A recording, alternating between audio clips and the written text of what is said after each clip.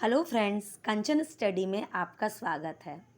तो समय को ना बर्बाद करते हुए हम लोग वीडियो को आगे लेके जाते हैं। आज हम लोग बात करेंगे आर्टिकल्स के बारे में। और आर्टिकल्स मतलब क्या होता है? Use of a an the का।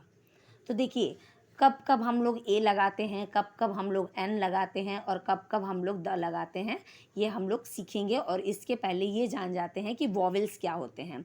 देखिए, वॉवेल्स क्या होते हैं ना, AEIOU, ये जो लेटर्स हैं ये वॉवेल्स होते हैं। और कॉन्सोनेंट क्या होते हैं? एक्सेप्ट AEIOU, मतलब कि ABCD में AEIOU को छोड़ के जितने सारे भी लेटर हैं वो कॉन्सोनेंट कहते हैं उनको। अब देखिए, अब हम लोग देखेंगे कि कब हम लोग कोई भी वर्ड के आगे ए लगाएंगे और कब हम लोग कोई भी वर्ड के आगे एन लगाएंगे।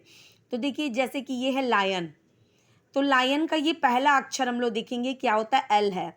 तो एल क्या है? वॉवेल तो है नहीं, तो ये वॉवेल है नहीं, तो हम लोग क्या करेंगे? इसके पहले ए लगाएंगे। यानी किसी भी वर्ड का पहला अक्षर अगर AEIOU रहता है तो हम लोग एन लगाएंगे, और अगर नहीं रहता है यानी वो जो लेटर है वो कॉन्सोनेंट रहता है तो हम लोग ए लगाएंगे।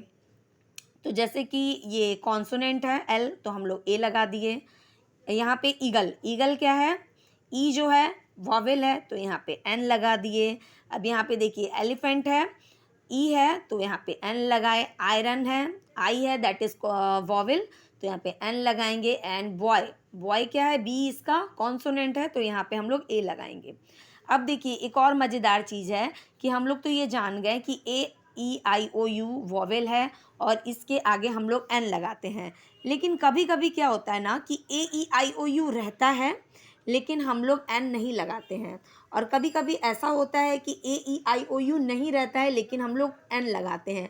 वो ऐसा इसलिए होता है ना क्योंकि मोस्टली मोस्टली क्या मतलब, ये नियम ही है कि हम लोग इंग्लिश तो देखते हैं लेकिन सबसे पहले हम लोग क्या देखते हैं? हिंदी का स्वर, यानी हिंदी के वॉवेल्स को हम लोग स्वर बोलते हैं। तो वो क्या होते हैं? अ से अह तक होते हैं। तो अगर हम लोग कोई भी वर्ड को प्रोनाउंस कर रहे हैं तो वो अगर अ से अह के बीच में आता है उसका स्टार्टिंग लेटर, तो हम लोग समझेंगे कि हाँ भैया वो वॉवेल है, तो उसके आगे हम लोग एन लगाएंगे, अदरवाइज हम लोग ए लगाएंगे। जैसे कि देखिए, आवर, आवर है ना, तो आवर को हम लोग क्या हिंदी में लिखते हैं? आवर। तो ये क्या हो गया आपका?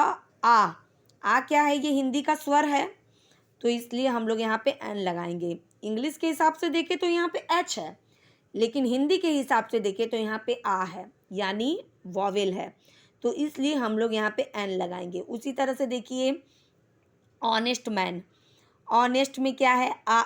आता है, तो यानी हम लोग एन लगाएंगे, यानी इसको हम लोग वॉवेल ही मानेंगे।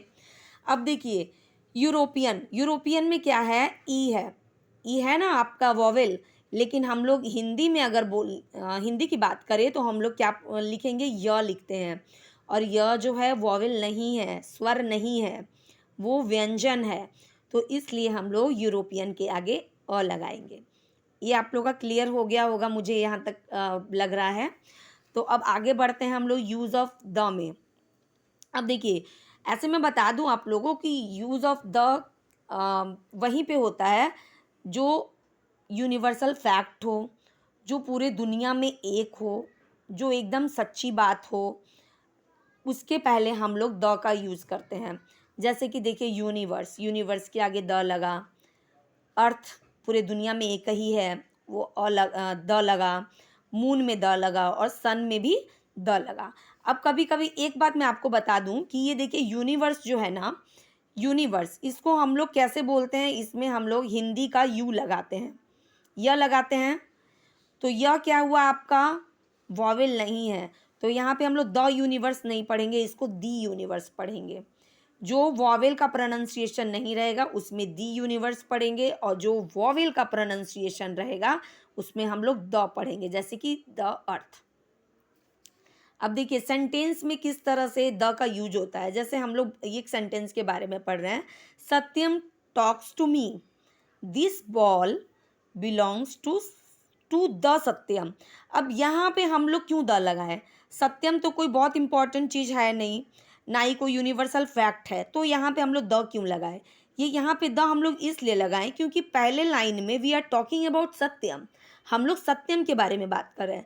मतलब अगर पहले लाइन में हम लोग सत्यम किसी चीज़ के बारे में बात कर रहे हो, जैसे कि यहाँ पे हम लोग सत्यम के बारे में बात कर रहे हैं, और ठीक दूसरे लाइन में भी उसी के विषय में बात हो रहा है ना, तो वहाँ पे द लग जाएगा।